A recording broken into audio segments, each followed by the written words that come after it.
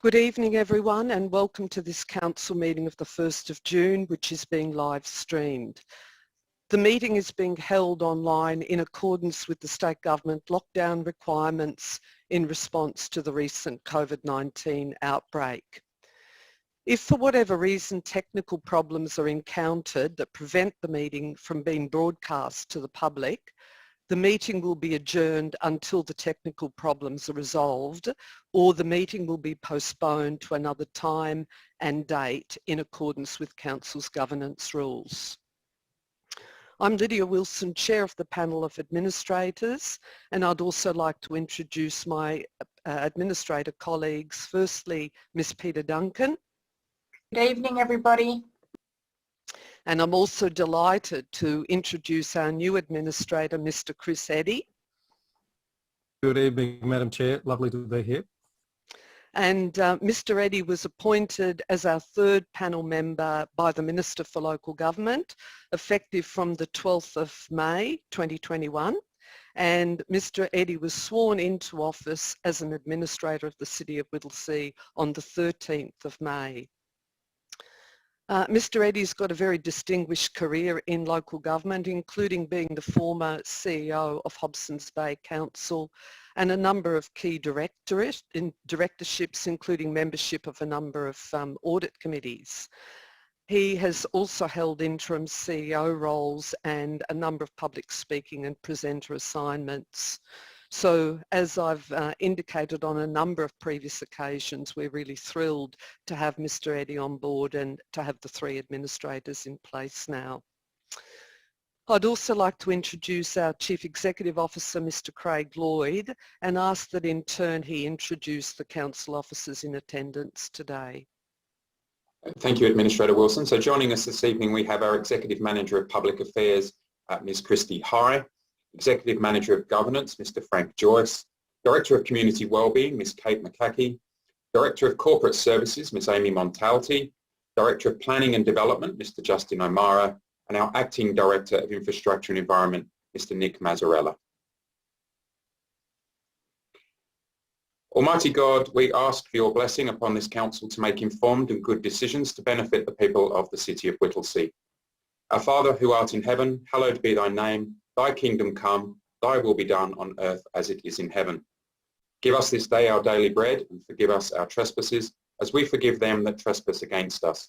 And lead us not into temptation, but deliver us from evil. For thine is the kingdom, the power and the glory, for ever and ever. Amen. I'll now hand back to the Chair of Council, Lydia Wilson. Thank you, Mr. Lloyd. On behalf of the City of Whittlesea, I recognise the rich Aboriginal heritage of this country and acknowledge the Wurundjeri Willem clan as the traditional owners of this place. I'd also like to personally acknowledge elders past, present and emerging. I note that all administrators are present. There's a few acknowledgements that administrators would like to make, and I wonder if I could hand over to Administrator Duncan initially. Thank you, Chair. Tonight we would like to acknowledge that in light of the recent pandemic outbreak and the state of Victoria being in a current lockdown, that this is right in the middle of our Reconciliation Week, which runs from the 27th of May until the 3rd of June each year. And this year's theme is more than a word, reconciliation takes action. The City of Whittlesea has a rich a heritage of Indigenous and Torres Strait Islander staff, and we are very strong on supporting tangible actions that include things like the Reconciliation Week and other things that we do, and Sorry Day as well, unfortunately had to be postponed on the scale we wanted it to have it at. We've cancelled events, postponed some, so they will happen, but it will be further down the track once we've got a clear indication of what's happening in the current state of emergency, so to speak, in Victoria. But I would like to acknowledge that reconciliation is a journey for all Australians, as individuals, families, communities, organisation, but most importantly as a nation. And at the heart of this journey, is the relationship between the broader Australian community and Aboriginal and Torres Strait Islander peoples. This is our 20th anniversary this year of the Whittlesea Reconciliation Group, and I'm very, very proud, as I know my fellow administrators and the council are, that we are one of the oldest reconciliation groups across Australia. So that's something for us to be proud of as a municipality. Thank you, Administrator Duncan, and can I echo your comments, and as a member of the Whittlesea Reconciliation Group also indicate that I'm very much looking forward to the events occurring sometime in the very near future, but thank you for those comments. We also felt it really important to make a few comments in relation to the current COVID-19 pandemic and the situation, particularly in the context of the City of Whittlesea. And it's very clear to all of us that the thought of COVID being prevalent again in our municipality and also across the state must be raising feelings of real uncertainty and anxiety. And that applies to many people in our community, but also to our business sector as well. I wanted to acknowledge the enormous efforts of council officers from right across the organisation who really have worked tirelessly to support these efforts, and I really wanted to sincerely thank them, and also to thank the health workers and other support staff on behalf of the community. Pop-up sites have been established very quickly. There's been a lot of sharing of information with our community, and we've also provided our Plenty Ranges Arts and Convention Centre for a mass walk-up vaccination site. Particular acknowledgement to our Sikh community for the enormous efforts that they have been making in food preparation and distribution, to our interfaith group, to the Victorian Multicultural Commission, and also to Whittlesea Community Connections, and that's only to name a few of the many organisations that have been enormously contributing to the current situation. The situation, as we all know, in relation to COVID-19 is constantly evolving, and we really implore everyone to stay up to date with the latest exposure sites and to follow health advice and instructions that will really help us to get the spread of COVID within the community under control as quickly as possible. Please get tested if you're unwell or you have symptoms or you've visited an exposure site, as this is the key to stopping the virus from spreading further. One of the most effective preventative measures to protect yourself is obviously to get vaccinated. If you're eligible for the vaccination, I really encourage you to do so. And as the Minister for Health has noted on a number of occasions recently, it's the only ticket out of here. It's also important to note that 2020 taught us something very important, and that is that we are a very resilient and supportive community. There's lots of information on Council's website, including details of relevant support services. So please, if you or anyone else that you're aware of is in need, get in touch with one of those support agencies. Stay safe, stay healthy, and please let's work together to get through this as soon as possible. Administrators, if you have a conflict of interest in any item on the notice paper, you may verbally disclose the type and nature of the interest now, but you must make a declaration immediately before consideration of the matter in question. Are there any items for which you have a conflict of interest to declare? No, Chair. And I have no declaration of conflict of interest either. I seek a motion to confirm the minutes of the following preceding meeting, which is a scheduled meeting of Council held on the 4th of May 2021. Could I have a mover? Yes, Chair. Thank you, Administrator Duncan, and I'm happy to second the motion. I'll now put the matter to a vote. All those in favour of confirming the minutes? The motion is carried. Executive Manager Governance, are there any questions from the public? No, Chair, there are no questions from the public for this meeting. And I note that there are no petitions or joint letters. That's correct. Right. That's correct.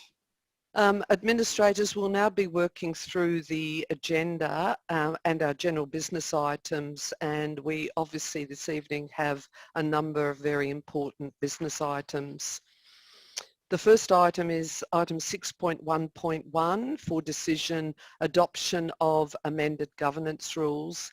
And if I could invite the Executive Manager Governance, Mr. Frank Joyce, to briefly present on this item and also a brief summary of the recommendation. Thank you, Mr. Joyce. Thank you, Chair. So the governance rules were recently revised with a focus in particular to increase community participation and ensure that council meetings were accessible and in line with the governance principles under the Local Government Act. So this was revised following the administrators being appointed for the last 12 months, and following the April council meeting, council endorsed to consult with the community on the updated governance rules. The governance rules were then promoted via our website and directly to key stakeholders, including a number of advisory groups, and a summary sheet and survey was made available for people to provide responses to the proposed changes. All the survey respondents that were received agreed with the proposed changes to the rules and also agreed they would improve the operation of council meetings and the community's ability to understand and participate in council's decision making. There were minor amendments made to the rules as part of the process, but in general they remained fairly much as per the initial report that went through to council meeting in April for endorsement to go out to council community for consultation. So I'm pleased to put forward the officer recommendation that council resolve to note the feedback received from the community in relation to the proposed amendments to the governance rules and council's response contained in attachment 1 of the report, to adopt the amended governance rules contained in attachment 2 of this report to commence operation from tomorrow, the 2nd of June 2021, to 3, revoke the governance rules made on the 1st of September 2020 upon the amended governance rules coming into operation, and 4, revoke Council's public question time policy and procedural guidelines dated 1st of October 2020. Thank you, Chair. Thank you, Mr. Joyce. Administrators, are there any questions? Not from me, Chair. No. Given that there are no questions, I'd like to move the officer recommendation for item 6.1.1, but with an additional part 5, which I will read, and this will also be live streamed. And the new part 5 is to conduct a review of the governance rules by July 2022 to further assess the effectiveness of the new rules. Do I have a seconder? Seconded, Chair. Thank you, Administrator Eddie.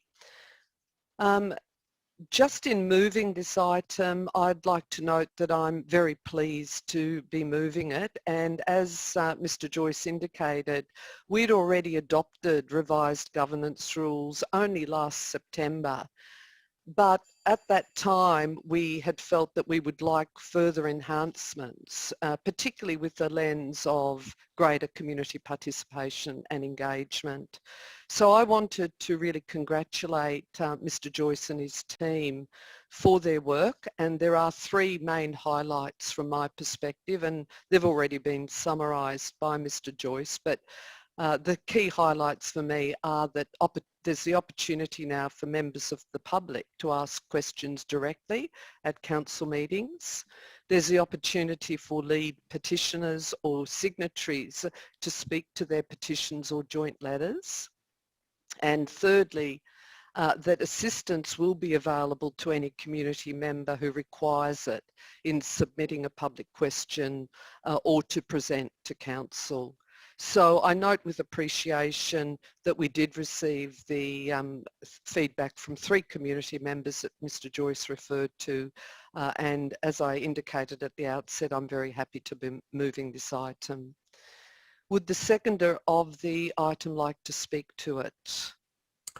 Yes, thank you, Chair, and I support your comments. I'd just add that I think this is a great example of the principles approach from the new Local Government Act in action. Those measures that you've outlined that have been included in the review really do add a community participation element that I think really improves it. Every council has to have these governance rules. I've been impressed with the approach here to take and make sure that they are fit for purpose for this community. So happy to second it, and I commend it. Thank you, Administrator Eddie. So I'll now put the item to a vote. All those in favour? All those against? The motion is unanimously carried. Item 6.1.2 for decision is appointment of council representation on organisations and committees. And again, if I could call on Mr. Joyce, Executive Manager Governance, to briefly speak to this item and the recommendation. Thank you, Chair. The report makes recommendations on the committees Council has representation on, either through officer representation or administrator delegates. It is really important that Council is committed to engaging with the community and supporting partnerships and participating on appropriate committees and organisations. And we recognise the valuable contribution committees and networks make to our local community and appreciate the volunteering and the civic participation involved. There's great value in supporting and participating in local, regional and statewide committees and on organisations. And this report sets out the details of the groups recommended for council representation for the period from tomorrow, the 2nd of June, through until the 31st December 2022. However, it is noted that there will be a review of committee representations prior to the 31st of December 2022. It is proposed that administrators be nominated to organisations and committees that have been identified to have been of strategic influence, and also to engage with key stakeholders and community members through formal meetings and partnerships. It includes new representation on 2 committees, including the Australian Local Government Women's Association, ALGWA, which is the peak body representing the interests of women in local government across Australia, and also for an administrator representative on Northern Alliance of Greenhouse Action Executive, NAGA. The officer recommendation is that Council resolve to nominate administrator delegators to the organisations and committees that have been identified to be of strategic significance as listed and highlighted in yellow in the attachment, to nominate officers to the organisations and committees listed as unshaded in attachment 1, and also in some circumstances there's officers nominated to those in yellow. And to note the terms of reference, the Whittlesea Reconciliation Group will require amendments in accordance with the appointment made. And fourthly, to no longer nominate representatives to the Whittlesea Secondary College because that is no longer required under their terms of reference. Thank you, Chair. Thank you, Mr. Joyce. That was an excellent summary of the report and its recommendations. Are there any questions from my colleagues? No. No. There being no questions, I'm happy to move the officer recommendation for item 6.1.2, but just with one amendment, and that is the inclusion of the name of Administrator Duncan as delegate to the Australian Local Government Women's Association instead of myself. Do I have a seconder? Happy to second that, Chair. Thank you, Administrator Eddie. I'm not proposing to speak for long in relation to this particular item, as I think there has been a very comprehensive introduction by Mr. Joyce. All I really wanted to note is that administrators have spent quite a considerable amount of time working through the full listing of all of the advisory committees and determining who would be on which particular committees. And obviously this follows on from the resignation of the Honourable Bruce Bilson. And as Mr Joyce has indicated, the changes are all shown in yellow in the attachment to the report, and Mr Joyce has also highlighted that there's 2 new committees that we are going to be represented on, and it's the Australian Local Government Women's Association and the Northern Alliance for Greenhouse Action Executive. Mr Eddy, did you wish to speak any further to the item? I would like to say a few words, if I may, Chair. Please feel free to. So I can see why there was such excitement at my joining the administrator panel, because there's a lot of work here for 2 administrators and there's still a fair bit of work here for 3, but I'm really thrilled to be able to do my part on a few of these. I had the opportunity to observe the Audit and Risk Committee in action last week as a silent observer, which I failed dismally, but I'm looking forward to actually being able to participate more vocally in future. I also wanted to comment on a couple of the other groups I'll be involved in, the Waste Forum, the Northern Alliance for Greenhouse Action. I think it's a really exciting time to be involved in both of those issues, and an important time. The Greenhouse Alliances have been instrumental in, you might have heard about the New Victorian Energy Collaboration, of which the City of Whittlesea is part, a very exciting initiative to reduce greenhouse emissions by something like 260,000 tonnes each year. So all of that work's been done. Happy to come in at the last minute and take some credit for that, but quite seriously looking forward to being involved in those groups. Thank you. Thank you, Mr Eddy, and thank you for acknowledging the huge amount of time and effort that administrators have put into being on those advisory committees, because we've essentially been really active representatives across the full range of committees over the last, not just over the last year and a bit. So thank you for acknowledging that. I will now put the item to a vote. All those in favour? All those against? The motion is carried. Thank you. Item 6.1.3 for decision, update to scheduled council meetings for 2021. And again, Mr Joyce, if I could hand over to yourself for a brief summary of this item and the recommendation. Certainly, Chair. So this report proposes that the remaining council meetings for 2021 are held on the first Monday of the month, with the exception of the November meeting, which is proposed to be held on the second Monday of the month due to the Melbourne Cup public holiday. It's also proposed to hold the scheduled council meeting in December 2021 at a community venue, in addition to the upcoming September council meeting. So by modifying, by endorsing this report, it enables us to have more time where we're actually out in the community, bringing the council meetings out to the community. It enables the community to participate more effectively, and also enables us to have a more place-based model where we're going out to engage in various locations of the community. So earlier this year in March, we had a community meeting in Whittlesea. In September, there's another meeting which is being scheduled at the Gallagher Community Centre, and we're proposing that in the December meeting it's held at the Barry Road Community Activity Centre in Thomastown. So the officer recommendation is for Council to resolve to adopt the updated council meeting schedule for the remainder of 2021, as outlined in the report, and as I advised before, and to give public notice of the updated council meeting schedule for 2021. Thank you, Mr Joyce, and I wonder if I could start off just with an initial question to you. Could you please clarify how we'll be advertising the community forums and the community-based council meetings to ensure that we really do get that proper representation and attendance right across the municipality?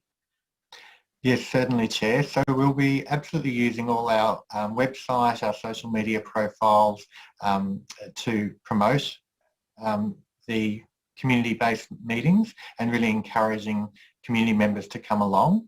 We are looking at whether we can, through our connections, whether it's the local sports groups or seniors clubs or other opportunities where they're in the local area, whether we can contact them directly to encourage them to come along and participate. But there'll be a range of ways to promote that, and also through our Engage website, which is an opportunity to really encourage people to contribute to council consultation and engagement. So there'll be a range of opportunities for us to promote and encourage people to attend. We will obviously it will depend a little bit on the COVID situation, so if there are any restrictions in place, that will also need to be considered. Thank you, Mr. Joyce. It's really heartening to hear that we'll be deliberately scanning community organisations and sporting clubs and so forth within the area within which we'll be meeting to ensure that there is that proper representation. Any other questions from my colleagues? No, Chair. If not, I would like to move the officer recommendation for item 6.1.3. Do I have a seconder? Have a second. Thank you, Administrator Eddie. Just in moving this item, I just wanted to make a couple of very, very brief reports. The first is that Mr. Joyce made reference to the council meeting and the community forum that we had at the Whittlesea Township. And I felt that that was a resounding success, both in terms of the number of people who participated, but the direct engagement, and a lot of people who came to the community forum stayed for the council meeting, which was very, very pleasing for administrators.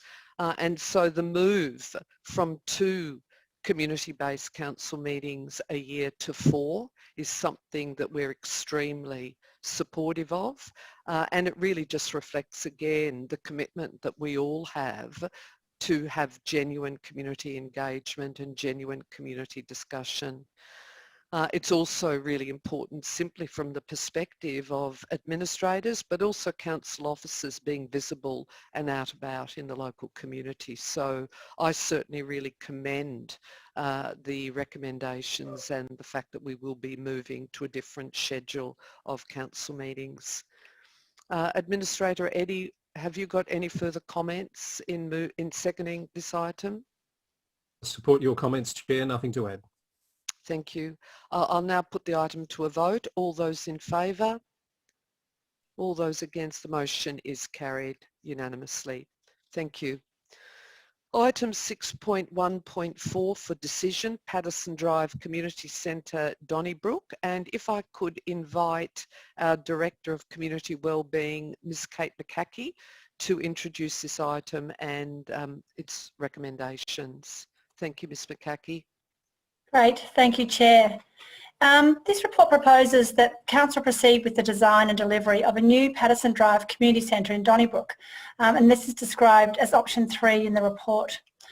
This option 3 will deliver a community centre in the Donnybrook region, which consists of a 3-room kindergarten, a large community hall, 4 maternal and child health consult suites, a waiting room, community kitchen and 3 multi-purpose training and program rooms, as well as associated external car parking and landscaping.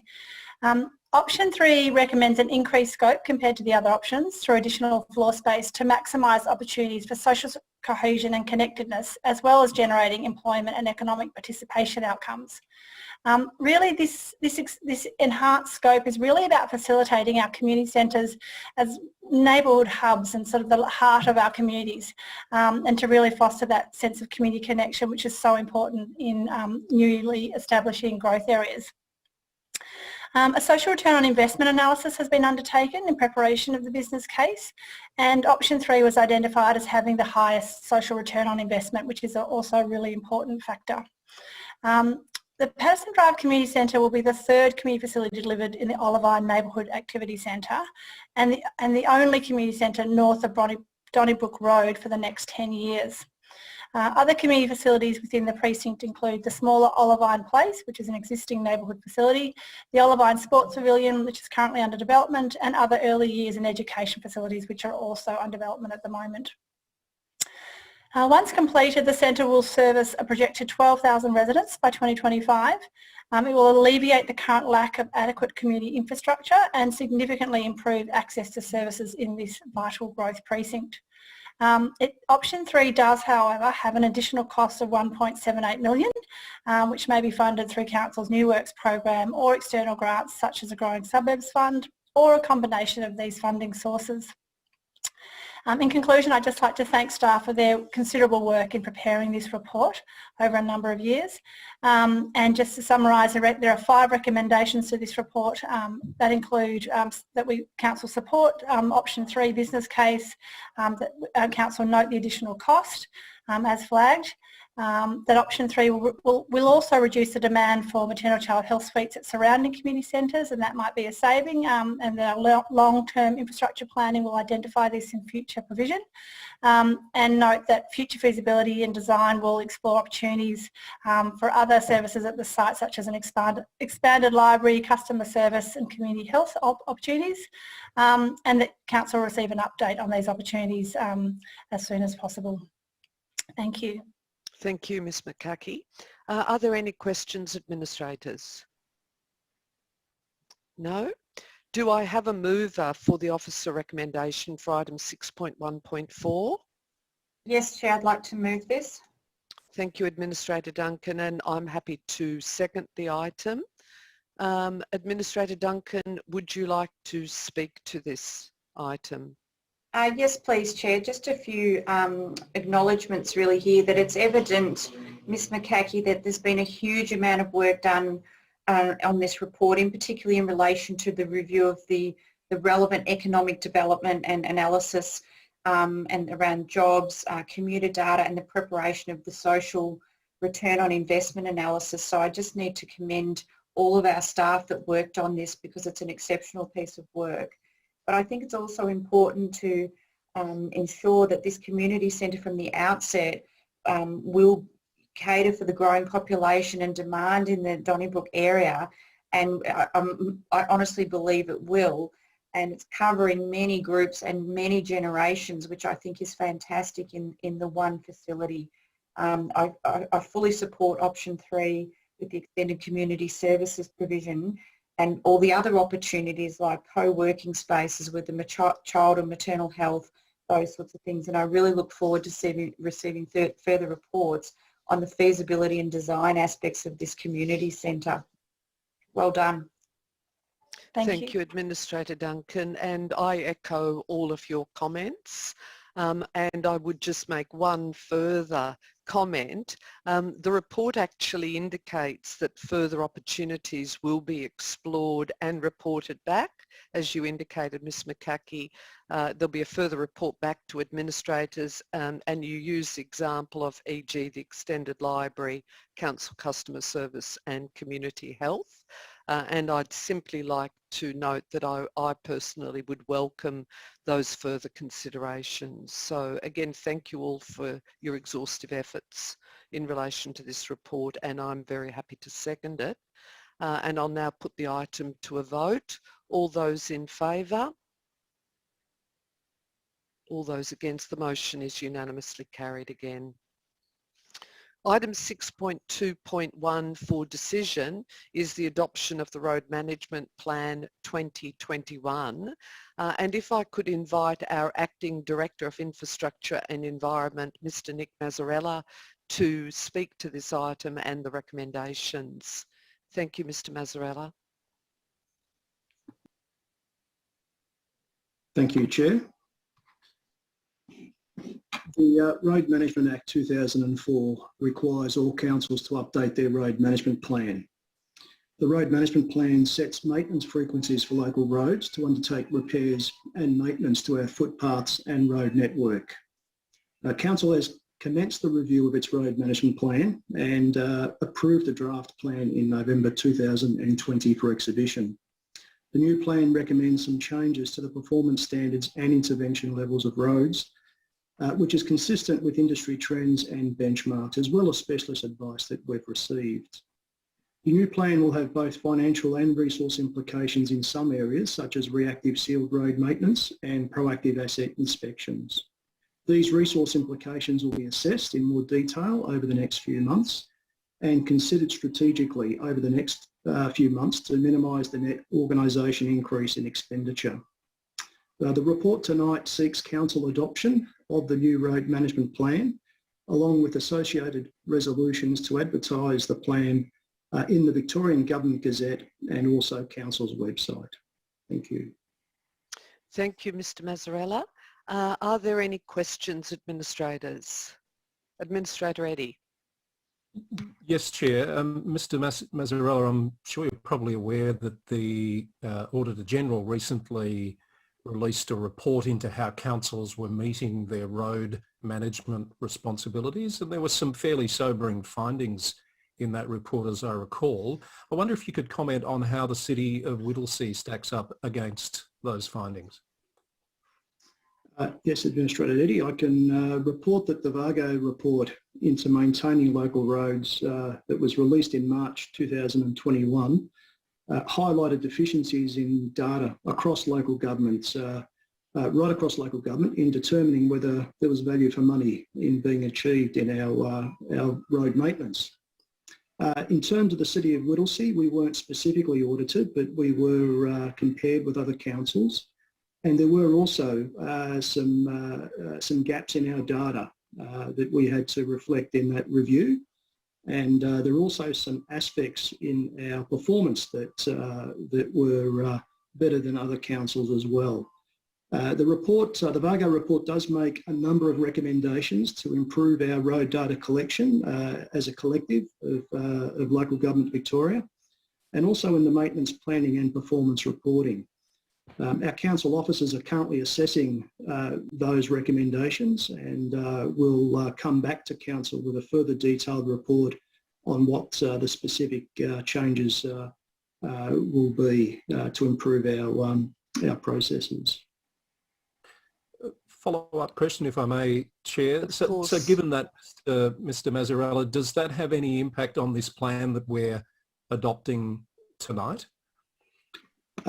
Administrator Eddy, it will have some minor impact, but we don't expect it to change the plan itself. The intervention levels and frequency standards that we've set are in line with similar councils. What it may change is some of our systems and processes at the back end, which is a downstream part of the plan, but it won't change the plan itself. Thank you. Thank you, Mr. Mazzarella. I do also have a question, and I note that we've obviously had a number of comprehensive briefings in relation to this new road management plan, and we've been well briefed on some of the changes to the intervention levels and so forth, and they've been really well articulated within the new plan. You've partially responded to my question when you made an earlier remark that in fact you will be doing a comprehensive assessment over the next few months in relation to the financial implications. And I presume that will be coming back to administrators, because there may well be a number of items that will have financial implications over the next 12 months and over the life of the plan itself. That's correct, Chair, we will. So, and approximately when might that occur, Mr. Mazzarella? Are you talking, what month might that be? We'd be expecting that, Chair, in the first quarter of 2021 and 22. Thank you. Do I now have a mover for the officer recommendation for item 6.2.1? I'm happy to move this motion, Chair. Thank you, Administrator Eddy, and I'm happy to second it. Mr. Eddy, would you like to speak to the item? Yes, just briefly, and noting Mr. Mazzarella's comments that we'll receive further briefing on some of the elements of this later in the year. This is a really important document, one of many important council plans, of course, but it directly impacts on one of the areas that the community is most passionate and vocal about, and that's local roads. So it's, as I say, it's very important. Given that, it's perhaps a bit disappointing that there were no submissions received when the plan was on exhibition. It is a dry technical document, I guess. We can't escape that. But albeit, it is very important, as I say, and I'm very happy to move that it be adopted this evening. Thank you, Administrator Eddy. I'll now put the item to a vote. All those in favour? All those against? The motion is carried. Thank you, Madam Administrator Chair, Eddy. I'm sorry, I'm not sure you had a seconder for that motion. Oh, sorry. Thank you, Administrator Eddie. I'm happy to second the item, and I will now put the item back to the vote again. All those in favour? All those Apologies if I against? missed it. The motion is carried. Thank you for picking me up on that, Administrator Eddie.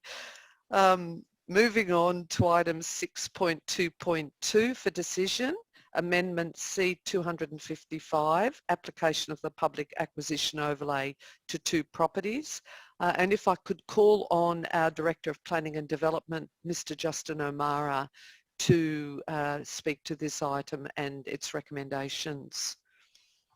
Thank you, Chair. I'd like to introduce to you Strategic Planner Nick Robinson, who is the planner that managed this planning scheme amendment. He's going to provide a brief overview of the report and recommendations. Over to you, Nick. Thank you. Thanks.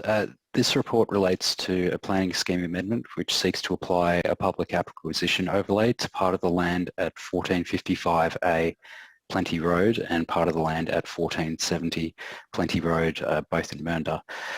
The application of the overlay will reserve land so that council in future can acquire the land it needs to construct an intersection at Everton Drive and Plenty Road.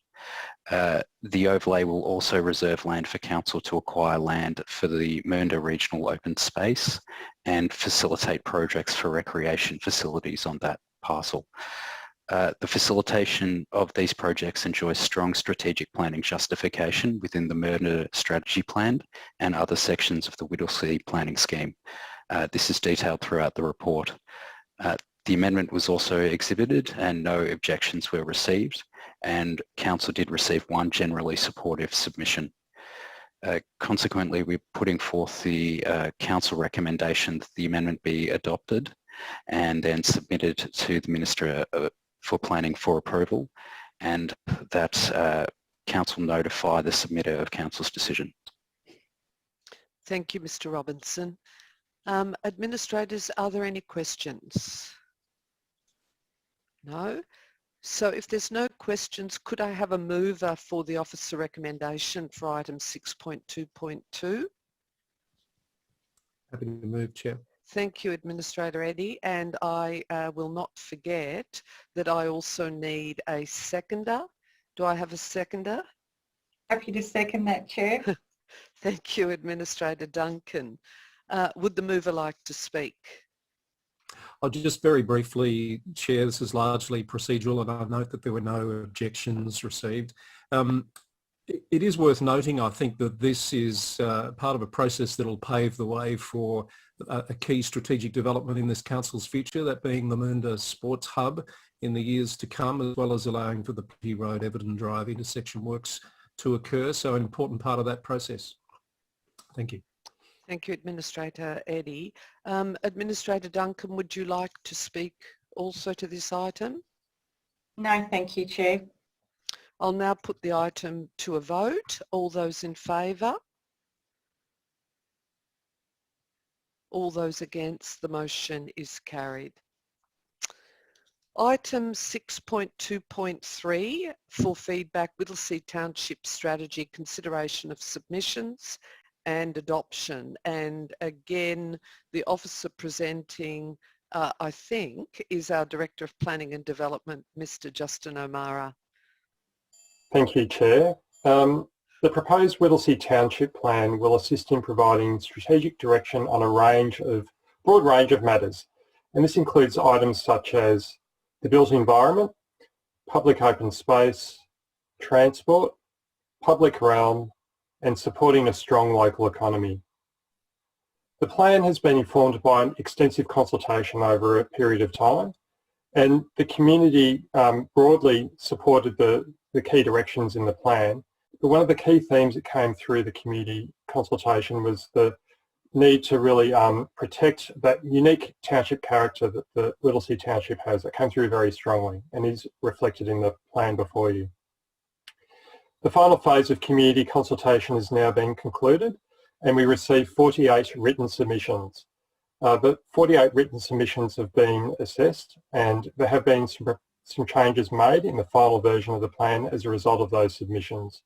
The final version of the plan is attached to the Council report, and it's recommended that Council adopt the plan and advise submitters accordingly. That's it from me. Back to you, Chair. Thank you, Mr. O'Mara. I do have a couple of questions. Firstly, you noted that there was 48 written submissions. I'm aware of the fact that there were a number of late submissions in relation to the strategy. How have those late submissions been considered? Thank you, Chair. Yes, those submissions that were received late after the due date have been considered and they're included within the report. Thank you. I also note, Mr. O'Mara, that the officer report includes quite a few comments and references to additional work that is either currently occurring or will be occurring in the near future. And I note particularly when the officers have done the analysis of all of the submissions and the component parts of those submissions, that there's a lot of references to additional planning considerations or planning tools, sites requiring further investigation, also a range of economic development strategies that need to occur. If we adopt the Whittlesea Township strategy tonight, how will the outcomes of that additional work ultimately be reflected in the strategy or be incorporated into the document? Thank you, Chair, for that question. And look, the nature of the plan is that it addresses a broad range of matters and issues, so therefore it's really important that the plan is updated on a very regular basis to take account of any either new or amended council policies or strategies. So to the point that you made, there is definitely a need and there will be regular updates to the strategy to take account of those. In addition to that, given the role the state government has in some of those matters, such as transport, open space, water, the green wedge zoning, for example, there will be a need for council to update the plan to take account of any change in state government direction and policy as well. Thank you, Mr. O'Mara. I would like to move the officer recommendation for item 6.2.3, but with two additional parts, a new number 1 and number 2. And if I could read those additional parts, I'll read them verbatim. Firstly, 1, note that the Whittlesea Township Plan is not a static document and will be subject to ongoing review, taking into account outcomes arising from the development of other relevant council strategies such as the Green Wedge Management Plan, Investment Attraction Plan, Tourism Destination Plan, Strong Local Economy Strategy, Open Space Strategy, Housing Diversity Strategy, and any relevant changes in state government policy or strategy. And number 2, amend relevant sections of the Whittlesea Township Plan to note that implementation of any proposed township boundary will need to take into account relevant council and state government strategies, given the state government is the responsible authority for applying and amending green wedge zones and urban growth boundaries. Do I have a seconder of the new number 1 and 2 and the officer recommendations for this item?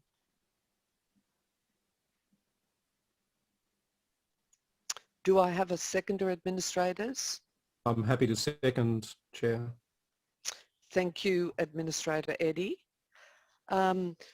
Look, in moving this item, I think it really is important to make a number of comments. I strongly support this plan because it does establish a long-term vision and really key directions for the township. And I wanted at the outset to acknowledge the many comments that we've received from members of the local community and also from the business sector. And Mr. O'Mara noted the 48 written submissions, but there's also multiple parts to many of those submissions. So thank you to all of the submitters for the considerable time and effort that's been put into their submissions. We really greatly appreciate it. We've had a number of briefings on this item because it's such an important strategy, and on all of the comments that have come in and the officer comments in response. And we believe that the plan does very strongly take into account the feedback we've received together with the new recommendations that we're obviously proposing tonight. It's important to note, however, that the strategy is at a particular point in time. It needs to progress so that a lot of the other actions that are embedded within the plan can commence. And we clearly recognise that there is the need for considerable additional work, and I think that's why we've clearly reflected some of the vast amount of work that needs to occur and some of the supporting documentation. I'm not going to go into a lot of detail about the extensive work that needs to occur because I think it's very clearly embodied in our new recommendations. But all of those separate actions and strategies that will be occurring will also be subject to separate community engagement and to separate further council considerations. So they'll be coming back to us again for determination. Having a more defined policy position regarding a boundary for the township seeks to provide greater clarity around land use and provide greater certainty to the broader community. So whilst there have been some concerns from part of the community around the plan preventing future expansion beyond the existing township boundaries, as is noted within the new recommendation, Council doesn't have any authority in relation to the rezoning of existing green wedge zone land, and it does require approval by both Houses of Parliament. Would the seconder of the motion like to speak? Thank you, Chair. Just to support your comments, this was one of the first things I was briefed on my arrival at the City of Whittlesea. It's very clear there's been a very thorough process and a lot of work to bring it to this point, and I support that work, and note your comments that there's a lot more strategic work to come back to us, which will have some bearing on this area as well. Thank you, Administrator Eddy. I'll now put the item to a vote. All those in favour? All those against? The motion is carried. If we move now on to item 6.2.4 for decision 20 Romeo Court, Mill Park. And if I could again invite our Director of Planning and Development, Mr. O'Mara, who I think is probably going to refer this item through to Mr. Justin Fox. Am I correct, Mr. O'Mara? You are correct, Chair. So I'd like to introduce Planner Justin Fox, who managed this planning permit application and wrote the report. So over to you, Justin, to do the introduction. Thank you. So this application proposes the construction of 4 dwellings at 20 Romeo Court in Mill Park. Now, each of these dwellings is proposed to be 2-storey, so double-storey dwellings and comprise of 3 bedrooms. Public notice of this application was undertaken and Council received 7 objections. Now, these grounds of objections largely related to the proposal's bulk, non-compliance with neighbourhood character, the proposal being an overdevelopment of the site, loss of on-street car parking, congestion, overshadowing and overlooking. Excuse me, sorry. Now, council officers also have concerns with the proposal relating mainly to the bulk, components in the proposal, such as the extended first floor area to the extent of the site, don't provide enough articulation that appropriately responds to the character and the pattern of built form in this area. Other components include the inclusion of 2 crossovers, limited landscaping opportunities, very limited separation between the dwellings, and a large expanse of first floor area that for a number of the dwellings actually exceeds the first floor area at first floor level. Perhaps critically to this development, the development doesn't achieve the minimum secluded private open space requirements in addition to the minimum landscaping requirements. So in this particular area, in this zone, in General Residential Zone 4, there's a requirement to provide a canopy tree within an area of 5 metres by 5 metres within the rear setback of the site. And that has to be provided in addition to an area of 25 square metres of secluded private open space, and this proposal doesn't achieve it. Additionally, the proposal also doesn't achieve the provision of an acceptable car parking or access arrangements, and there's several points of conflict throughout the site where vehicles that are entering and exiting the site would be required to essentially come into contact with a wall or a landscape area. And for these reasons, the Office's recommendation in this instance is to refuse the proposal, as it doesn't achieve an appropriate level of compliance with Res Code, Clause 55 of the planning scheme. It doesn't respond to Council's local policy at Clause 1601-1L, housing supply in established areas. It doesn't respond to the key design principles either that are sought by the housing diversity strategy that applies to the site. Thank you, Mr. Fox. Administrators, are there any questions? No? Do I have a mover then for the Officer recommendation for item 6.2.4? I'm happy to move, Chair. Thank you, Administrator Eddie. And do I have a seconder? Yes, Chair, happy to second that. Thank you, Administrator Duncan. Would either the mover or the seconder like to speak to this item? Very briefly, Chair, I note that very comprehensive analysis of this application and the various objections to the proposal. I support the Officer's recommendation that the application be refused on the grounds that are laid out in that recommendation, and I now move accordingly. Thank you, Administrator Eddie. Administrator Duncan, any further comments? No, thank you, Chair. I'll now put the item to a vote. All those in favour? All those against? The motion is carried. Item 6.2.5 for noting 16 Woodruff Road, South Morang construction compliance. Mr. O'Mara, I presume that you're going to be referring this item to Mr. Julian Edwards. That's correct, Chair. I'm the author of this report is our Manager of Building and Planning, Julian Edwards. I'd like to introduce Julian to do the brief overview of the report and recommendation. Thank you. Welcome, Mr. Edwards, and over to you. Thank you, Chair, and good evening, everyone. This report's been presented to Council in response to a petition that was received back in February of this year. The petition had 21 signatures on it, and it was in relation to a property at 16 Woodruff Road in South Morang. It is the second petition for this site, the first one having been received 3 years earlier. And the site does have a bit of a complex history, sort of spanning around 7 years now. There was a building permit originally issued back in 2015 for a residential dwelling, and the construction that has been undertaken across this site has been a little bit slow, and there have been multiple extensions that have been granted over time.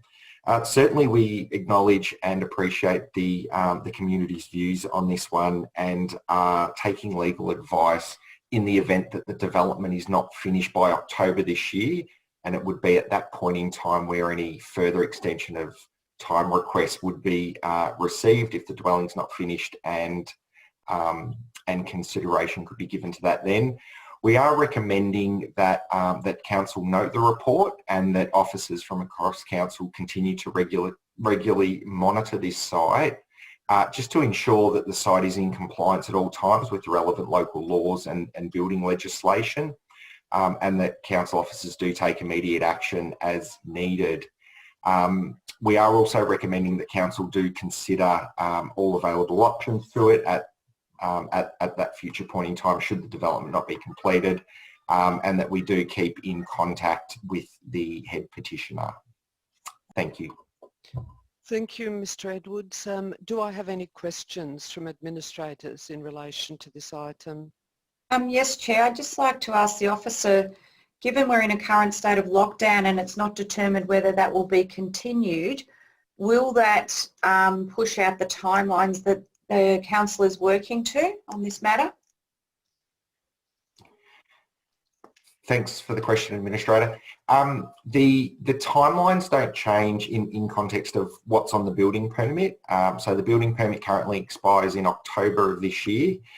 What we would need to do, should the development not be completed, is take into account any reasons, delays, extenuating circumstances that may have contributed to it not being completed, and that's not dissimilar to having to consider the impacts of the lockdown from last year when the previous extension was granted.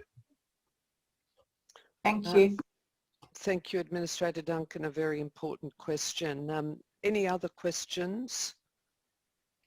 No. I'm happy to move the officer recommendation for item 6.2.5, but with a slight amendment to part 4 of the officer recommendation to read, and I quote, ensure a meeting is arranged together with regular communication between senior officers and the head petitioner and any other interested residents to ensure that they're appropriately informed and updated on this matter. Do I have a seconder? Happy to second that, Chair. Thank you, Administrator Eddy. I'm not going to speak to this item. I think that the additional recommendation is self-explanatory. So does the seconder wish to make any further comment? No, thank you, Chair. I'll now put the item to a vote. All those in favour? All those against? The motion is carried. Item 6.3.1 for decision, proposed business advisory panel. And Mr. O'Mara, if I could hand over to you to briefly present on this report. Thank you, Chair. And I'd like to introduce our Manager of Economic Development, Sarah Rowe, who's going to provide a brief overview of the report and recommendations. So over to you, Sarah. Thank you, Ms. Rowe. Thank you, Chair. The purpose of the proposed Business Advisory Panel will enable local business leaders work with Council in delivering objectives and advocacy for a strong local economy within our municipality. We see the establishment of the panel will further enhance Council engagement with our local business community, and the function of the panel will be supported by a terms of reference which was attached to this report. It is recommended that Council endorse the terms of reference and commencement of the expressions of interest process for members. Back to you. Thank you, Ms. Rowe. Are there any questions, administrators? Yes, Chair. If I could just clarify the timeline on this. The report indicates a commencement date of September, given that's 3 months or more away. Is there any possibility that group could start functioning sooner? Thank you, Administrator. Yes, we would endeavour to hold the first meeting in August. Thank you. It's good to hear. Ms. Rowe, I also just have another question. Within the report, there's discussion about the fact that there will be a number of additional engagement activities that will be undertaken to really ramp up our endeavours in relation to economic development and employment stimulation. And there's reference, as an example, to a number of roundtable events and other planned activities. Could you just perhaps elaborate a bit further in relation to what are some of those activities that will be organised? Of course. So we would look at organising themed focus groups and themed roundtable events. These might look at particular sectors or issues that are occurring at the time of the commencement of the meeting. We would also look at holding targeted discussions to understand how Council can support business development and further growth to existing businesses, and that can include expansion into perhaps more of a membership-based scenario.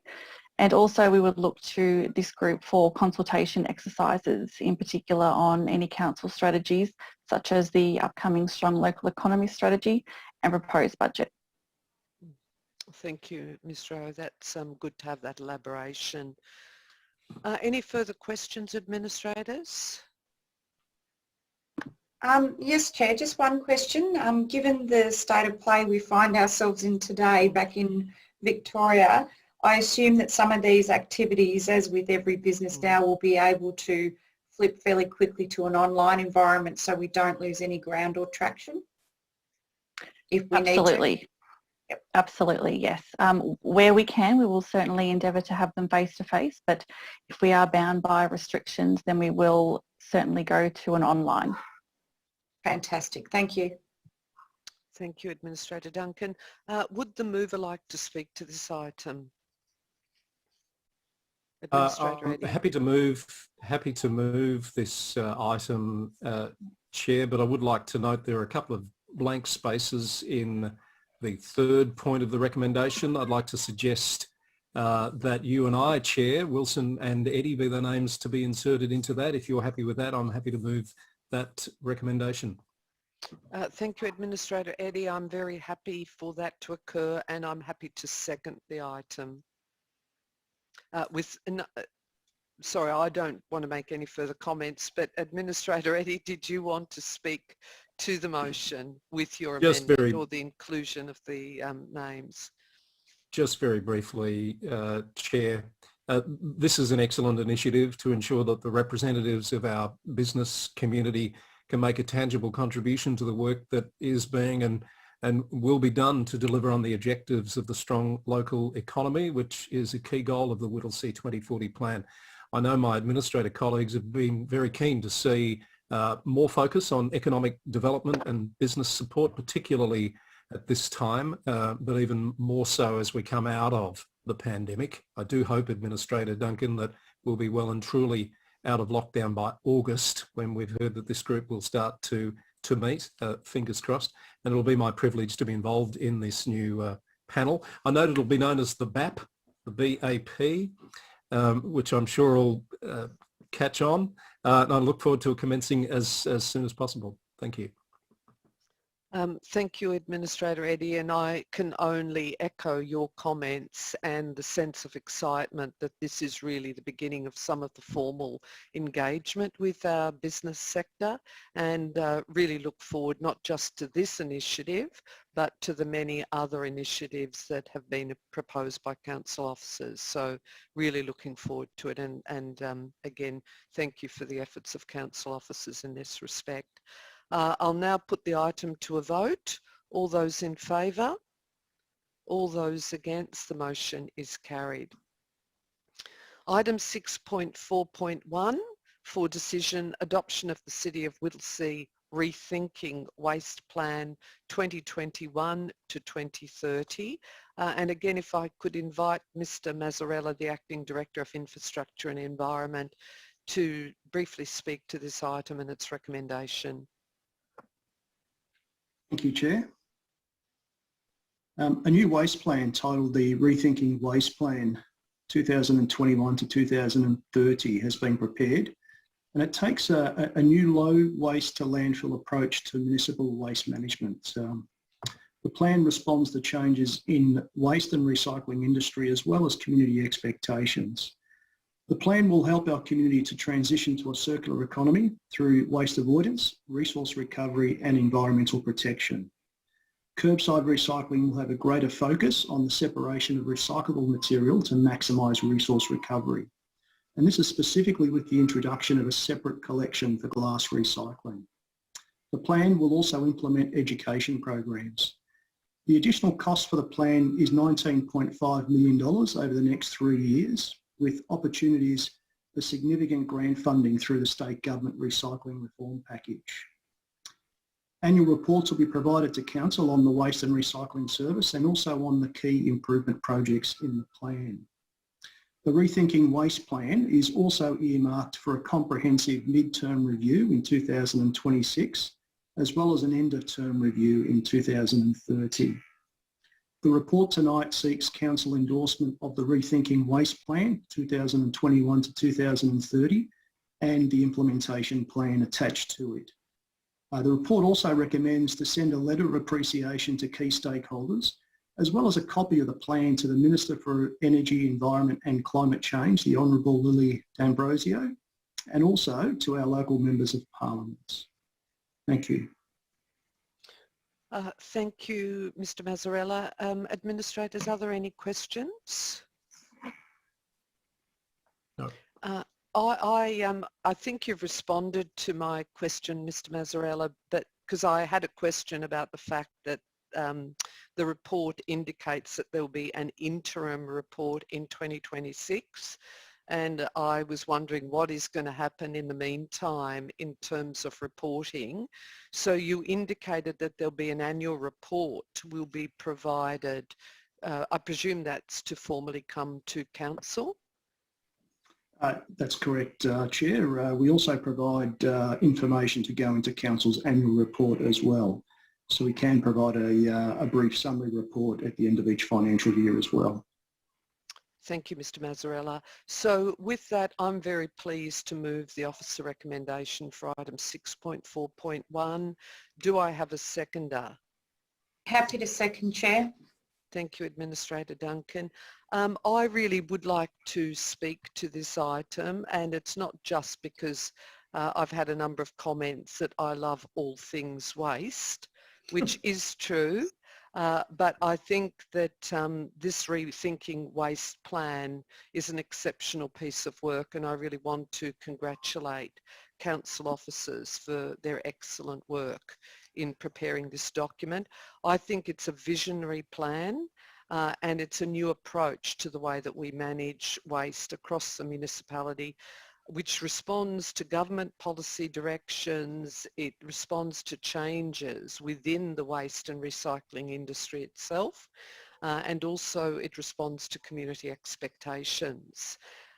There's been a lot of really amazing community consultation and engagement activities over the 3-month period, and Mr. Mazzarella briefly indicated the breadth of some of that community consultation, including surveys, face-to-face discussions, focus groups and so forth, as well as discussions and consultation with our emerging leaders, our young people within the municipality, and I think it's really generated some amazing ideas and feedback. So I want to, on behalf of the administrators, thank everyone who has contributed to the development of the plan, council officers, but also the many people from our community and business sector who have contributed. And what I love about the plan is that it's plain English, it's very readable with some incredibly useful graphics. It talks about the big picture in terms of international and local trends in waste, resource and recovery and best practice. But it also looks at the Whittlesea situation. It looks at our demographics and some of the growth projections, and it sets really clear targets that we can measure and report against. So again, well done to everyone, our staff and all of the many community and business members that have contributed to this wonderful document, Rethinking Waste. So thank you, and would the seconder like to speak to the item? I'll now, sorry Administrator Duncan, no? No, thank you. I'll now put the item to a vote. All those in favour? All those against? The motion is carried. Thank you. Item 6.4.2 for decision, contract 2019-119, recycling receipt and sorting contract variation report. And Mr. Mazzarella, I note that you'll also be speaking briefly to this item and its recommendations. Thank you, Chair. This follows on from the previous topic. Council currently has a short-term contract in place with Cleanaway for the recycling, receipt and sorting of our waste. This contract concludes on the 30th of June 2021, which is next month. Sorry, this month. A 12-month extension is sought to the contract to allow for sufficient time for the completion of a statewide collaborative procurement process for recycling processing.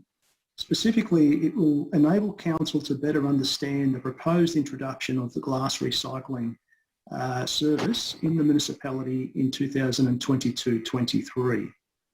An exemption from the Minister of Local Government was prepared by the Municipal Waste and Resource Recovery Group, and they did this on behalf of 40 local councils, including ourselves. And this was to allow for the extension of the recycling, sorting and processing contracts until the 30th of June 2022. I'm glad to say this exemption was recently approved by the Minister and was received by Council on the 19th of May. The price variation of $1.97 million is in accordance with the terms and condition of the current contract, and it is budgeted in the proposed 21-22 Council budget. The report tonight seeks Council's endorsement of the contract extension. Thank you, Mr. Mazzarella. Administrators, are there any questions? No? Do I have a mover then for the officer recommendation for item 6.4.2? So moved, Chair. Thank you, Administrator Eddy, and I'm happy to second the item. Would the mover like to speak to the item? Just very briefly, obviously it's important that we approve this contract extension. I don't know what would happen if we didn't. I don't expect you to answer that, Mr. Mazzarella, given that it's the 1st of June and it expires at the end of the month. And I do notice that the exemption has come through in just the nick of time, so all's well that ends well. But really important that that new statewide collaborative procurement process runs its course, and I imagine that'll be a topic for discussion at the Waste Forum, on which I'm a delegate as of this evening. Thank you for that. Looking forward to those discussions, but happy to support this recommendation. Thank you, Administrator Eddy. I'm sure you're going to have the same passion for waste that I do. Most definitely. I've got nothing further to add, so I'll now put the item to a vote. All those in favour? All those against? The motion is carried. Thank you. Item 6.4.3 for noting response to petition for replacement of trees along Fielding Drive, Mernda. And again, Mr. Mazzarella, if you'd like to briefly speak to this item. Thank you, Chair. I will. Just a bit of background. Council received a petition from residents requesting the removal of trees in Fielding Drive, Mernda. That was back in January of this year.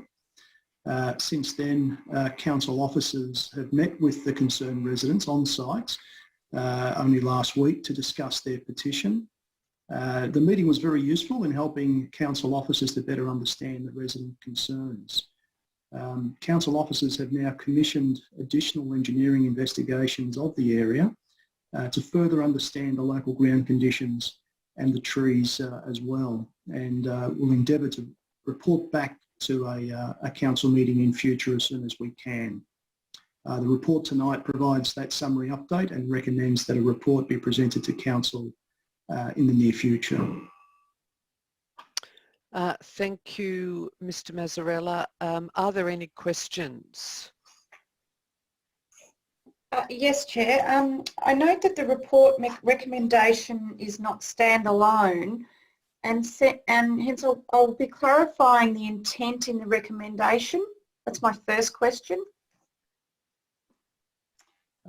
Yes, Administrator Duncan, the recommendation should actually be that Council will provide an update report. Sorry, Council officers will provide an update report at the August Council meeting, but if need be, we may be able to provide an early report in July based on information we have at the time. So is there any reason why it can't come to the July meeting? Why you're planning for August? Yeah, sorry, Administrator. My understanding is that we have engaged engineering consultants and they're undertaking some further investigations of the soil around the trees. That will take a number of weeks and has unfortunately been compounded by the current circuit breaker lockdown. So a combination of the additional investigation work and the current restrictions will require us a little bit more time. When did they start to take, can I just, when did they start to take the samples? Sorry, I don't have that information, Administrator Duncan, but I can get that and pass it on to you. Okay. Could I perhaps hand over to our CEO, Mr. Lloyd? I think he also wants to respond to this item. Yeah, thank you, Administrator Wilson. I see no reason why we can't provide a report back to the July meeting on progress, just noting that we may not at that point have the technical report back, but we should still be able to provide an update on the discussions with the community that are progressing. So I'd be happy for the resolution if one was to be put forward stating an update would be provided in July. Thank you, Mr. Lloyd. Administrator Duncan, do you have any further questions? Sorry, no? Administrator Eddy? No questions from me, Chair. Thank you. So do I have a mover for the officer recommendation for item 6.4.3? Yes, Chair. I'm further to the officer's response and the response from the CEO. I'm happy to move this item but with an alternative recommendation.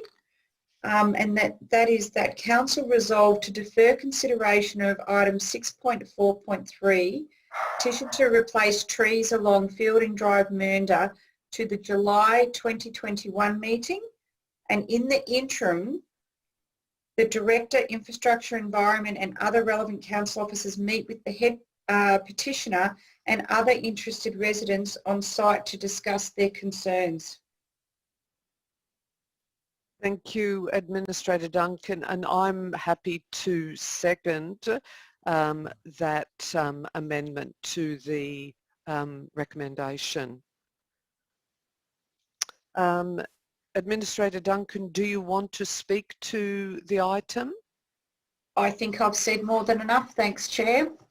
Thank you. I've got nothing further to add as well, so I'll put the item to a vote. All those in favour? All those against? The motion is carried. Thank you. Item 6.5.1 for decision, declaration of rates and adoption of annual budget 2021-22. And if I could invite our Director of Corporate Services, Ms. Amy Montalti, to speak to this item. Thank you, Administrator Wilson. I will hand over to Council's Chief Financial Officer, Mr. Mark Montague, to provide an overview of this report. But prior to handing over to Mark or Mr. Montague, I would like to just acknowledge Mr. Montague and his team, who in fact start preparing for one budget as soon as one budget is finished. So it is a long process and it involves staff and officers from all across the organisation. So it's a huge effort and we're very pleased to present this budget to you tonight. So I will hand over to Mr. Montague. Thank you, Ms. Montalti, and welcome, Mr. Montague. Thank you, and through you, Chair, very pleased to be here tonight to present the 2021-22 annual budget and the 4-year revenue and rating plan to Council, both for final adoption. So following on from the April Council meeting where Council's proposed budget was adopted in principle, the budget document has now gone out on public exhibition to give members of our community the opportunity to have their say and make written submissions on our budget. The public exhibition period ran for a total of 28 days and in total 7 written submissions were received from members of our community. Submitters were given the opportunity to present their written budget submissions to an advisory committee of Council, which was held on the 17th of May. In total, 6 of the 7 submitters presented to the committee, with the committee recommending to financially support 4 of these submissions, adding a total cost of approximately $305,000 to the budget. Taking into account other non-financial officer changes of $50,000, the total cost being proposed to be added to the budget totals approximately $355,000 and moves Council's budgeted cash result for the year to a break-even position. The focus in preparing Council's annual budget has very much centred around laying a solid foundation of support for our community during the upcoming year through the ongoing investment in key services, programs and infrastructure, with support for our community and importantly supporting our community through the COVID-19 pandemic being a key area of focus. On this front, Council is now in the final stages of finalising how the $2 million community fund, which was funded in the 2020-21 budget, will be spent after a co-design process with our community. This represents additional investment on top of Council's ongoing programs, which will be spent to further support our community during the 2021-22 year through the continued impacts of the COVID-19 pandemic. The current circumstances that both the state and in particular our community find itself in highlights just how important this community fund will be in supporting our community through the upcoming year. For the 2021-22 financial year, Council is budgeting for an accounting operating surplus of $146.8 million. Whilst this number on face value may appear significant, the reality is much different in that this result is largely made up of assets contributed to Council by developers, which are non-cash, and also grant funding for future capital projects, neither of which equate to additional available cash for Council. As previously discussed, Council is budgeting for a break-even cash position for the 2021-22 financial year, meaning that all of the Council cash inflows for the year is being invested straight back out into our community. Turning to attention to some of the key highlights of the 2021-22 budget, Council is proposing to invest $229 million in the delivery of over 100 operating services and programs for our community. Key areas of investment include $12 million to provide services, programs and activities for older people to allow them to live independently in their homes, $9.9 million for the provision of family and children's services, $8.6 million for public health services and programs delivered to protect and enhance community health, safety and wellbeing, and $4.4 million for traffic management services, including school crossings and community education programs. The annual budget also contains an increased investment in economic development to support our local businesses through the current challenges and to get them back on their feet and thriving as quickly as possible. In addition to our operating investment, Council is proposing to invest $76 million in infrastructure development across our municipality through our Capital Works program, with strong investment across both growing and established pockets of our municipality. Key areas of investment funded in the 2021-22 budget include $23 million to construct new local roads and renew and upgrade the quality and accessibility of our existing local roads network across the municipality. In conjunction with Council's investment in traffic management services and commitment to ongoing advocacy at state and federal levels of government, this really highlights Council's focus and commitment towards management of road infrastructure and traffic management throughout our municipality. $12 million to construct and renew parks, open space and streetscapes, and $11.8 million to construct new buildings and renew or upgrade Council's existing facilities. Members of our community can find further detail on key place-based capital projects planned for their area in our annual budget document. City of Whittlesea continues to maintain one of the lowest average rates across councils located outside the Melbourne Fringe. Our proposed average rate increase of 1.5% for 2021-22 complies with the state government's Fair Go rating system. Council's 4-year revenue and rating plan is also recommended for adoption by Council tonight. This document is a requirement under the new Local Government Act legislation and provides further detail and transparencies on Council's rating and revenue systems.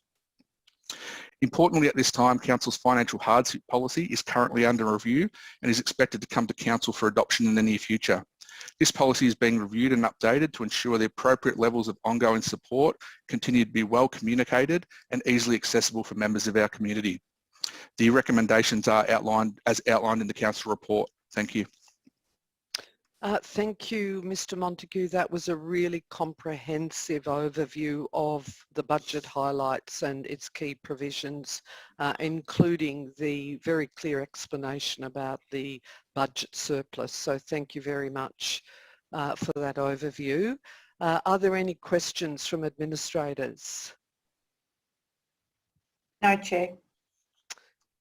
If there's no questions, I'd like to move the officer recommendation for item 6.5.1.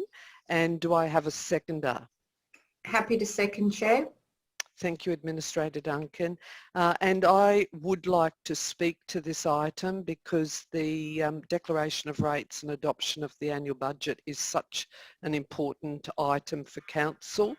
And at the outset, I wanted to acknowledge the enormous amount of work of our Director, Ms Montalti, CFO Mark Montague, and the whole of the finance team and a number of other people across the organisation.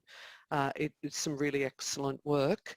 Our budget can only be described as a responsible budget, but one which clearly resets some of our key priorities. And I just wanted to highlight from my own perspective some of the key budget highlights.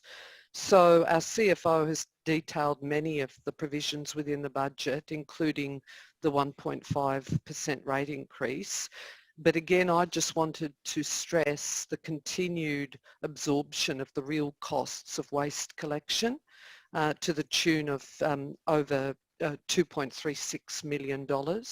So we're really only passing on the 1.5% increase in waste charges to our residents. We've got a really large capital works program of over 75 million, including carry forward funds. We've got a really significantly increased investment in economic development to support local business and also stimulate local employment opportunities. And we've also demonstrated from the previous report on the Business Advisory Group that new emphasis and focus as a council that we want to show on economic development and local employment stimulation. Equally, we've got significant increased investment in customer service and community engagement initiatives. So we adopted a new community engagement policy, and we've got a number of new initiatives in relation to customer service led by our CEO to ensure that we do better in these areas.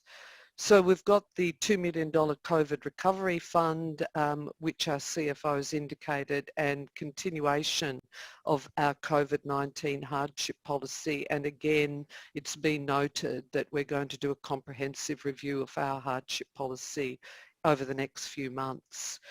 I also wanted to note the 7 budget submissions that we received and thank the submitters for the enormous amount of time and effort that they put in, not just to their written submissions, but also to come along. And thankfully, we actually had that submission meeting in person. It was the advisory committee meeting on the 17th of May, and all administrators attended that session, which was extremely beneficial to hear firsthand from the submitters and also for us to be able to ask questions and to hear the responses in person. So we all felt that that was enormously beneficial. So my colleague Administrator Duncan and I were officially part of that advisory committee, but all administrators have really carefully considered the budget submissions together with the responses from submitters to the number of questions that we posed to them and points of clarification. So we've recommended 4 submissions, as Mr Montague indicated, to receive funding which will total over $305,000 as detailed within the report and the attachments. But I think it's also important to note that there are a number of submissions where funding provision has already been included within the draft budget, and an example of that is the Gathering Place, where there's already budget provision within the budget, but also where council officers will continue to work with organisations and groups to support them in securing additional external grants or accessing other facilities. And finally, where we might have to do some additional strategic work and that needs to occur. So it's not just a matter of refusal of a number of submissions. I think there's been some good responses indicated, and we'll be going back to all of the submitters in relation to that multiplicity of support that we can continue to provide. So again, I just want to thank you, Mr Montague, and to our Director and all of the Council officers for the enormous amount of work over many months And I also, again, would like to thank our submitters for the really comprehensive submissions that we received to the budget process this year. And could I invite my administrator colleague, Administrator Duncan, to make any comments that she would like as well?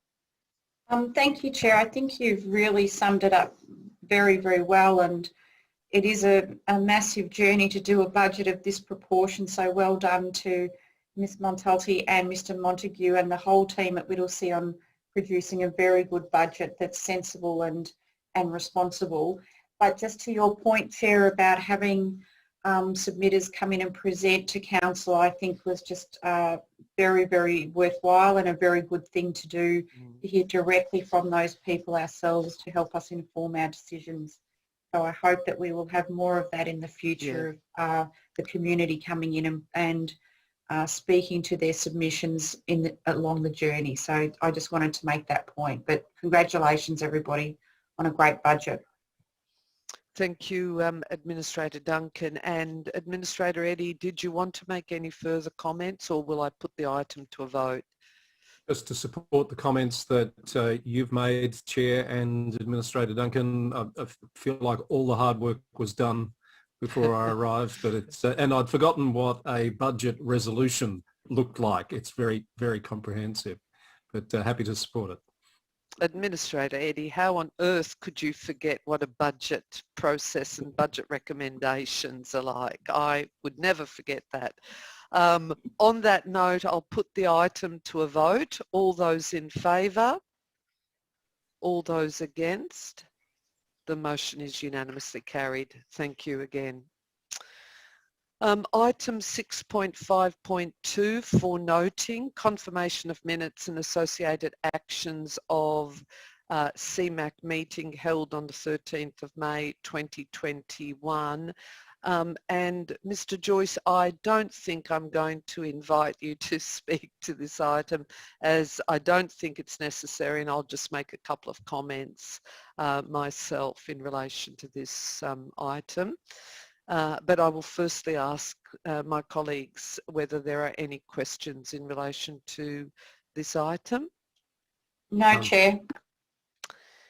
All right, if there's no questions, as the current chair of the CEO Employment Matters Advisory Committee, I'd like to move the recommendation for item 6.5.2, which is to note the minutes of the CMAC meeting held on the 13th of May 2021. Do I have a seconder? Happy to second, Chair. Thank you, Administrator Duncan.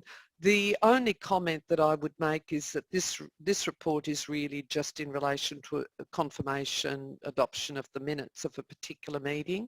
But I think it's important to reflect that all administrators are members of the CEO Employment Matters Advisory Committee, together with an independent member, Margaret Devlin, and the purpose of that particular committee is to consider any matters that relate to contractual issues in respect of the CEO and to provide advice for formal resolution by Council. So in this case, it's simply in relation to the adoption of the minutes.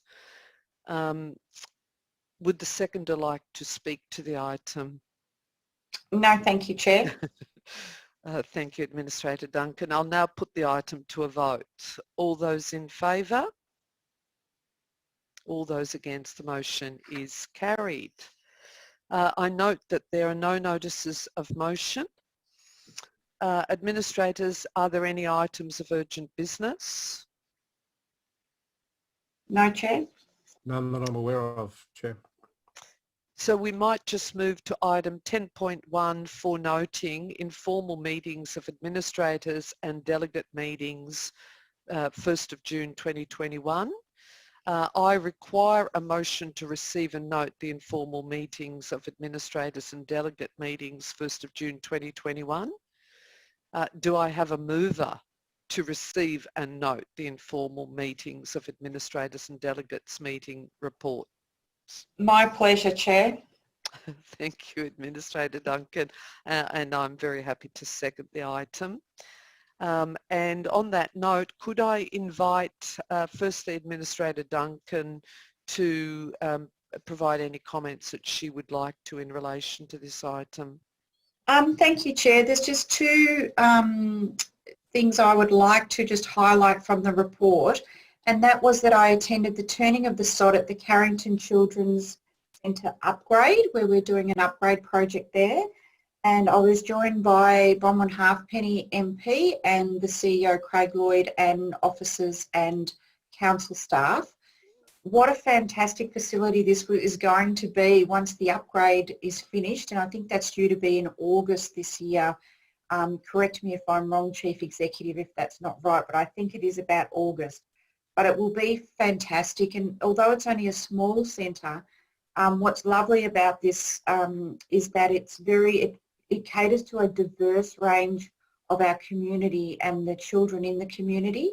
So it's not just one set of people, it's being utilised across very different groups across the community. So there's Aboriginal children coming there, there's other parts of the community using that facility as well, and it will be fantastic. And I just also would like to thank the Victorian Government for their contribution to the funding, part of that funding to do the upgrade, which is from the Growing Suburbs fund, so thank you to that.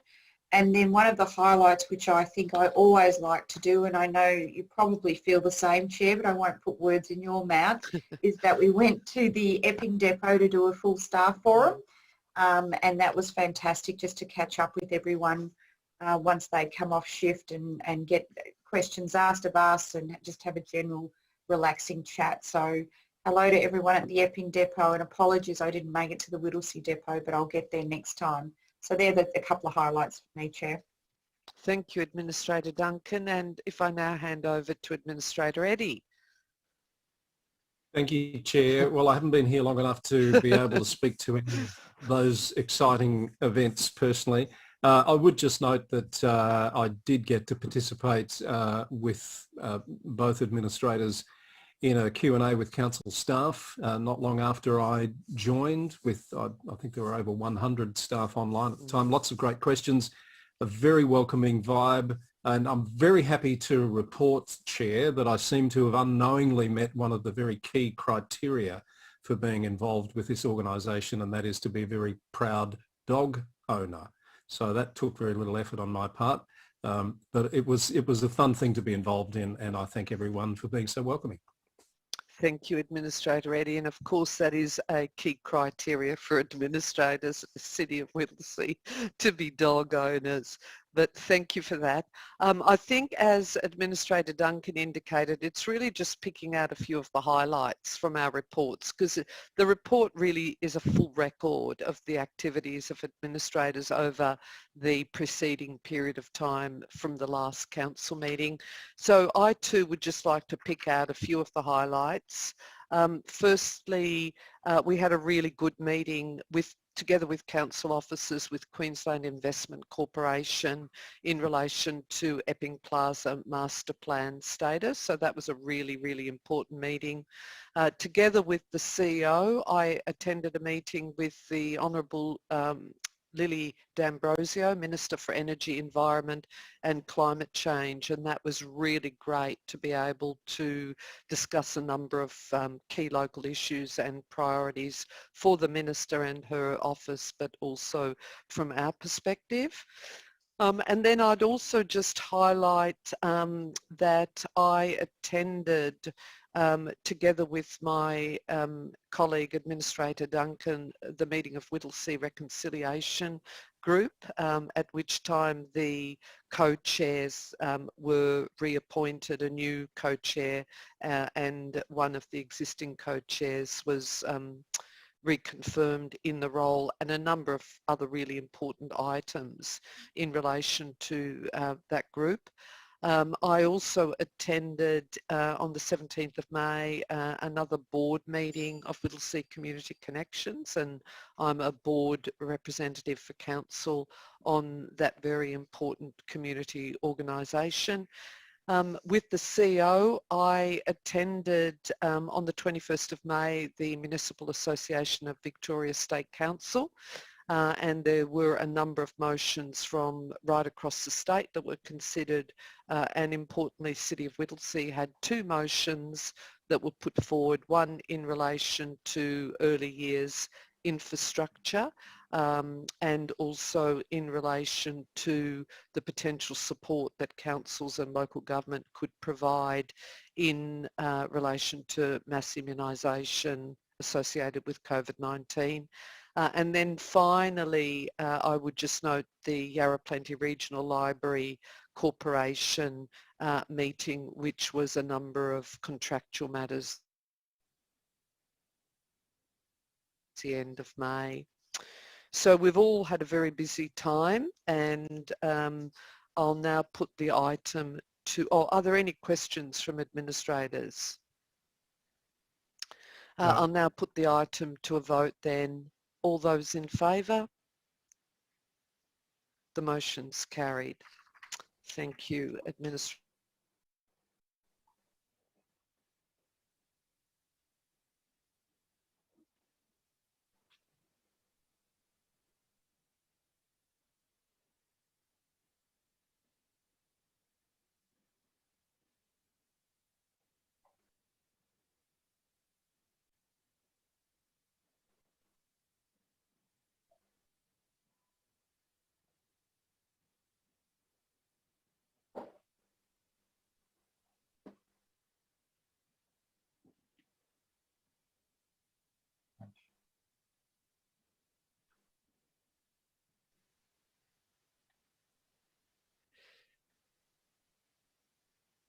Hello, Mr. Lloyd. I just wonder if you would like to do an update.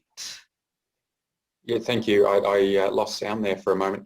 I'm sorry, I wasn't sure if that was you or that was me, because it looked like there was an unstable connection. My apologies, whoever that was. I think it affected us all, Chair. So yeah, look, first of all, I'd just like to acknowledge the staff that attended the Sorry Day event. Unfortunately, as Administrator Duncan mentioned, we had to have a very much scaled back event, and unfortunately elders couldn't join us because of the current COVID outbreak, but it was still nonetheless a really important day to mark, and a very moving day for our staff that were able to be present as well. As the Chair mentioned earlier, the City of Whittlesea has unfortunately been severely impacted by the current COVID outbreak. At the time of reporting, we've had 24 Tier 1 exposure sites in the city, some with multiple exposure dates and times. We've had about 40 Tier 2 and 3 Tier 3 sites as well. The Tier 1 exposure sites at the JMD Grocers in Epping, as well as the Pacific Epping and in Epping North Shopping Centre, are very much the focus now of the Department of Health's renewed testing push, because they're the sites that the government have been talking about today, where there's been evidence of casual acquisition at these sites. In other words, people that have not spent very much time at all together, but may have just passed each other in a shop and have had a positive test as a result. So just again, encouraging people that make sure you check that DHHS list. If you've been to one of those sites, please make sure you get tested, and please isolate until you get that test result. The DHHS website is updated very frequently, and it's very important that we all keep an eye on those locations. Our staff have been working extremely hard to maintain our services, as well as introducing a range of additional work to support our community. We assisted the Department of Health with establishing test centres, I have to say very short notice, as well as supporting DPV Health's vaccination clinic at the Plenty Ranges Art and Convention Centre. And that's involved actually having some of our immunisation staff on the ground there, supporting with immunisations and running that centre. That centre's open daily at the moment, no appointment necessarily. Again, check our website and the government website and our social media channels as well for information about opening times, because they do change. We're also responding to the COVID situation in a number of other ways. We're working with the state government to distribute health information and advice to our community, and we've also participated in a very broad range of community meetings and state government-led meetings with community members, faith leaders and others, all with an aim of sharing information and getting information out to our community, and particularly given our multicultural diverse community, we've really been reliant on our staff and also those other community groups to help spread the word. I also mentioned that we're working with the state government on testing centres. We have the testing centres and pop-up centres which are in operation now in Mosaic Reserve in Laylaw and also at the Epping Memorial Hall. We're also continuing to operate many of our services fairly normally, including all of our home support and our delivered meals, particularly for our seniors, which is obviously really important right at the moment.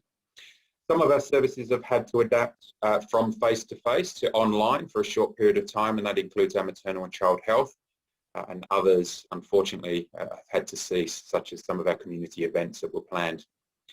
Our staff have also been out in force, and thank you to all of the local laws teams, parks teams, community development officers, and a wide range of other staff that have been redeployed to assist the Department of Health, Victoria Police, WorkSafe Victoria, and I have a range of other agencies who are on the ground visiting our business communities and providing advice on how they can be COVID safe and how they can meet their obligations. They've been out now for days on end, and we'll continue to do that really important work right the way until this situation is resolved, way beyond the current lockdown. And finally, I just wanted to thank all of our community members and businesses that are working really hard with us to protect the community, and all those community members that are adhering to the restrictions and staying safe and staying home where they can. Thank you, Chair. Thank you, Mr. Lloyd. Administrators, are there any questions? No.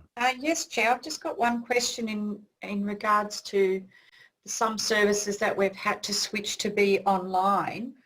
How are we dealing with the vulnerable in our community to make sure that during this snap lockdown, and we're not sure yet how long that will go for, that they are still being checked in on and those sorts of things and getting the services they require even if we can't be there physically? How are we actually checking in on that part of our community? Yeah, thank you, Administrator Duncan. So the vast majority of our services for vulnerable community members are continuing face-to-face. So whilst we obviously have to adapt our services and additional COVID safety precautions are in place, the services for the most vulnerable in our community continue. We switched maternal child health across to online for a very short period of time, but again, for the most vulnerable cohorts there, online services are still available. So whilst, like most organisations, we're being told to stay home wherever we can, so many of Council's services are essential services. They still need to continue, and our staff have been continuing to deliver those with a real focus on making sure that we're supporting those vulnerable members of our community and also those that are in business that are struggling as well at the moment. But just remind people as well that are listening that if you are having to isolate, if you're struggling to access food, medication or any other essential supplies, the COVID hotline is there for you, and if you ring that number, they will make a referral to Council, and our officers and our community partners will respond to make sure that you get what you need to keep you going. Thank you, Mr. Lloyd. Any further questions? I've just got one more question, Chair.